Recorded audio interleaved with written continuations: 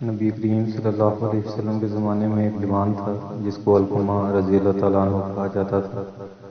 وہ بڑا عابد اور زاہد تھا، نماز روزہ صدقہ وغیرہ بڑی تندہی سے ادا کرتا تھا۔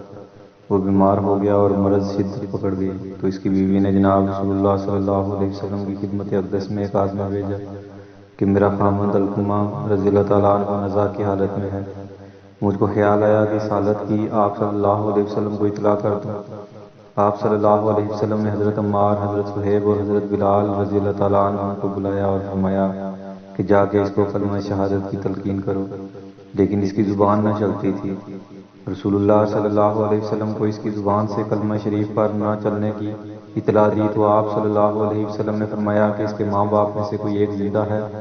عرض کیا جی ہاں، اس کی ماں زندہ ہے جو کہ بہت ضعیف ہے۔ آپ صلی اللہ علیہ وسلم نے اس کی طرف ایک آدمی بھیجا کہ اس کی ماں کو کہنا کہ اگر تجھے میرے پاس آنے کی طاقت ہو تو آ جا، ورنہ وہاں ٹھہر، میں خود تیرے پاس آؤں گا۔ چنانچہ وہ فرستادہ اس کے پاس گیا اور آپ صلی اللہ علیہ وسلم کا پیغام دیا تو اس نے کہا میری جان قربان ہو، میں خود خدمت میں حاضر ہوں گی۔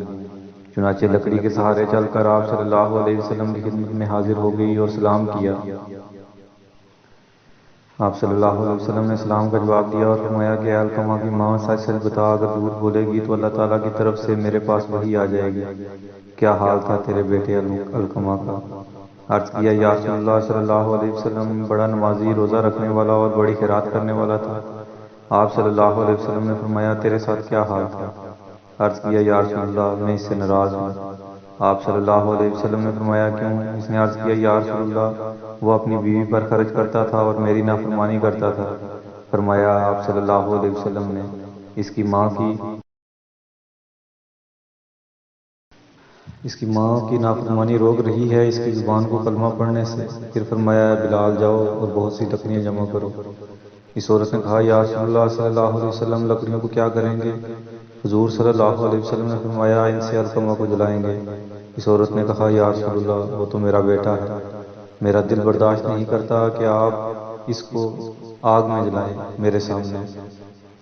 آپ صلی اللہ علیہ وسلم نے فرمایا اے علقمہ کی ماں، اللہ کا عذاب تو دائمی ہے، اگر تو راضی ہے کہ اللہ تعالیٰ اس کی مغفرت فرما دے تو تو اس پر خوش ہو جا۔ آپ صلی اللہ علیہ وسلم نے فرمایا قسم ہے اس ذات کی جس کے قبضے میں میری جان ہے، نہ فائدہ دے گی علقمہ کو اس کی عبادت، نماز، روزہ، خیرات وغیرہ جب تک تو ناراض رہے گی۔ اس پر اس عورت نے عرض کیا یا رسول اللہ صلی اللہ علیہ وسلم میں گواہ بناتی ہوں اللہ کو، اس کے فرشتوں کو اور جو مسلمان یہاں حاضر ہیں، بے شک میں راضی ہوں اپنے بیٹے علقمہ پر۔ پھر فرمایا آپ صلی اللہ علیہ وسلم نے کہ اے بلال جا کر دیکھ کہ اس کی زبان کلمہ پر چلنے لگی ہے یا نہیں، شاید کہ علقمہ کی ماں زبانی کہہ رہی ہو اور دل سے نہ کہا ہو۔ بس بلال رضی اللہ تعالیٰ عنہ گئے اور علقمہ کے گھر سے کلمے کی آواز سنی، پھر اندر آ گئے اور کہا اے لوگوں، بے شک علقمہ کی ماں کی ناراضگی نے روک رکھا تھا اس کی زبان کو کلمہ پڑھنے سے، مگر اس کی رضامندی نے اس کو چلا دیا۔ پھر فوت ہو گئے علقمہ اسی دن، اور پھر تشریف لائے رسول کریم صلی اللہ علیہ وسلم اور حکم فرمایا اس کو غسل دینے کا اور کفن دینے کا۔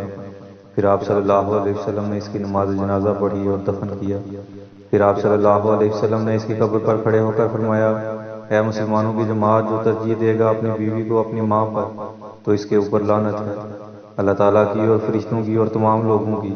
نہ قبول کرے گا اللہ تعالیٰ اس کا کوئی فرض نہ نفل، مگر یہ کہ توبہ کرے اللہ تعالیٰ سے۔